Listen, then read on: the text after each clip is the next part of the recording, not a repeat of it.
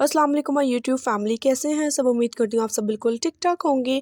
आज जो रेसिपी आप लोगों के साथ मैं शेयर करने जा रही हूँ वो चिकन बारबेक्यू की रेसिपी है।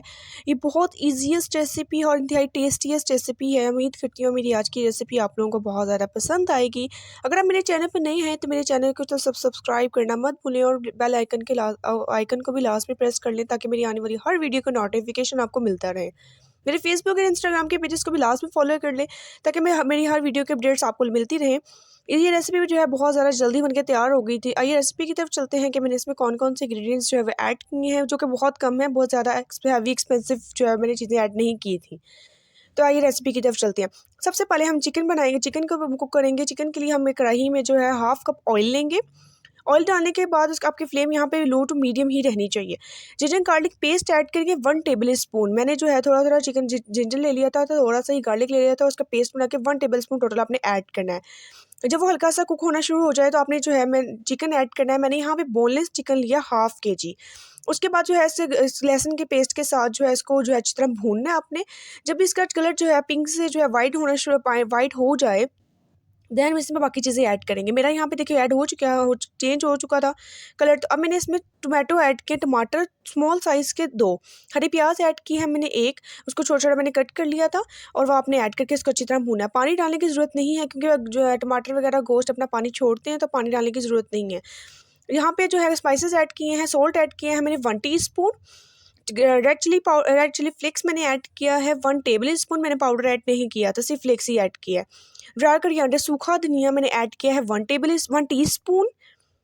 इसमें जो है ब्लैक पेपर ऐड किया है, वो भी पिसा हुआ था तो वो मैंने ऐड किया 1/2 टीस्पून, ज़्यादा नहीं स्पाइसेस ऐड किए।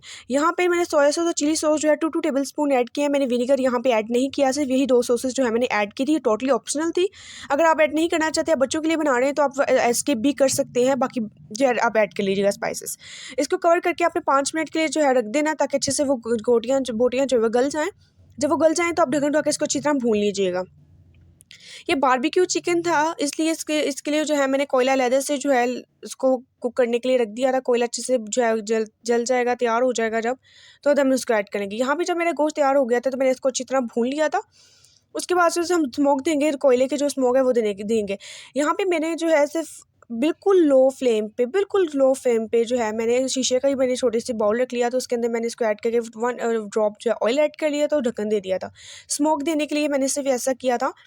आप यहाँ पे शीशे का बर्तन यूज़ मत कीजिएगा, आप कोई भी स्टील का जो आपको छोटा सा बाउल वगैरह होता है वो ऐड कर लीजिएगा। यहाँ पे आपकी फ्लेम जो है बिल्कुल मध्यम सी होनी चाहिए। यहाँ पे जब मैंने फ्लेम दे दिया था तो मैंने इसको स्मोक को कोयले वगैरह बाहर निकाल लिया था और ढक्कन वापस रख दिया था क्योंकि मैंने बोटियों को सिर्फ स्मोक ही देना था कोयल का। उसके बाद जो है उसी बर्तन के अंदर, उसी पैन के कढ़ाई के अंदर मैंने 3 टेबल स्पून ऑयल ऐड किया है और मैंने जो है कैबेज का यानी कि बंद गोभी, शिमला मिर्च और गाजर जो है मैंने 1-1 कप है तीनों ऐड किए हैं। ये कम, अगर आप वेजेस आप ज़्यादा पसंद नहीं करते तो आप कम कर सकते हैं, 1/2 कप भी ऐड की जा सकती हैं। तो वेजेस जो है राइस के ऊपर मैंने गार्निशिंग करनी थी तो मैंने थोड़ी सी ज़्यादा ही ऐड की हैं। उसके बाद स्पाइसेस ऐड करेंगे। स्पाइसेस में जो है मेरा सॉल्ट है 1 टीस्पून, मैंने यहाँ पे जो है रेड चिली फ्लेक्स ऐड किया है 1 टीस्पून या 1/2 टीस्पून भी हो सकता है, कम या ज़्यादा। उसके बाद मैंने केचप ऐड किया है। केचप मैंने 3 to 4 टेबल स्पून ऐड की है। अगर ये ऑप्शनल, अगर आप ऐड नहीं करना चाहते तो आपकी मर्ज़ी है, लेकिन मैंने इसलिए ऐड किया था क्योंकि मैंने इसे फ्लेवर्स देने के लिए ऐड किया है। चिली सॉस मैंने ऐड किया 2 to 3 ड्रॉप्स, ये भी टोटली ऑप्शनल है, लेकिन इससे जो टेस्ट और इन्हेंस हो जाएगा, इसलिए मैंने सिर्फ ऐड किया था। आपने सिर्फ सोते करना है, इसमें पानी वगैरह डालने की ज़रूरत नहीं है। ना ज़्यादा कच्ची हो, ना ज़्यादा बहुत ज़्यादा गली हुई हो, तो उसको ढक्कन थोड़ा देर रख के आप छोड़ दीजिएगा। वेजिस का जो अपना पानी होता है उसी में जो है सोते हो जाएंगी, ना ज़्यादा कच्ची रहेंगी और ना ज़्यादा जो है पकने के लिए इसको रखिएगा। 2 मिनट्स काफ़ी होंगे इसको गलने के लिए। उसके बाद जो अच्छी तरह ये तैयार हो जाए, इसको साइड पे निकाल लीजिएगा। अब जो तीसरा जो स्टेप है वो राइस का स्टेप है।